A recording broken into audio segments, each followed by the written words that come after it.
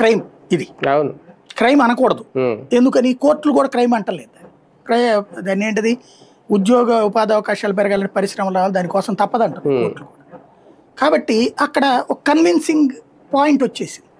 ఎట్లాగా వరుస కాన్సెప్ట్తో బిగినాయి. అసలు ఒక పాలసీ తీసుకున్నట్టు ఆ పాలసీ ప్రకారం అసలు ఒరిజినల్గా చెప్పాలంటే ఫ్రీగా ఇచ్చేయాలి భూమి. ఇక్కడ అసలు జరుగుతున్నది గేమ్. ఈవెన్ కోర్టు కూడా అడిగింది, ఇవాల్టి వరకు దానికి సమాధానం లేదు. ఆ కేసు అక్కడతో ఆగిపోయింది. అసలు పాయింట్ ఏంటి, నువ్వు 99 వయసులో ఫ్రీగా ఇచ్చి 33 ఏళ్ళకి లీజుకి, లేదా 10 ఏళ్ళకి ఇస్తావా, 25 ఏళ్ళకి ఇస్తావా, 33 ఏళ్ళకి ఈ లీజు ఎనఫ్. లీజుకి అది ఇస్తుంది. సేల్ డీడ్ అంటే అమ్ముతున్నారు, 10 రూపాయలకి అమ్మేస్తున్నారు. లీజుకి ఇచ్చినప్పుడు దాన్ని రద్దు చేసే అధికారం ప్రభుత్వానికి ఉంటుంది.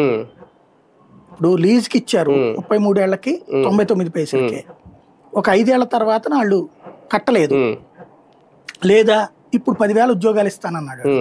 ఎవడు వెంటనే 10,000 అనరు, 10 ఏళ్లలో 10,000 అంటారు. ఆ 10 ఏళ్ళు చూసాం, ఎన్ని ఉద్యోగాలు ఇచ్చావయ్యా అని అడిగాం. 1000 ఇచ్చామన్నారు. మరి మేము 9, ఇంకో 9,000 ఏంటి అని అడుగుతాం. లేకపోతే ఏం చేయమంటావు అని అడుగుతాం. హక్కు ఉంటుంది అప్పుడు మనకి.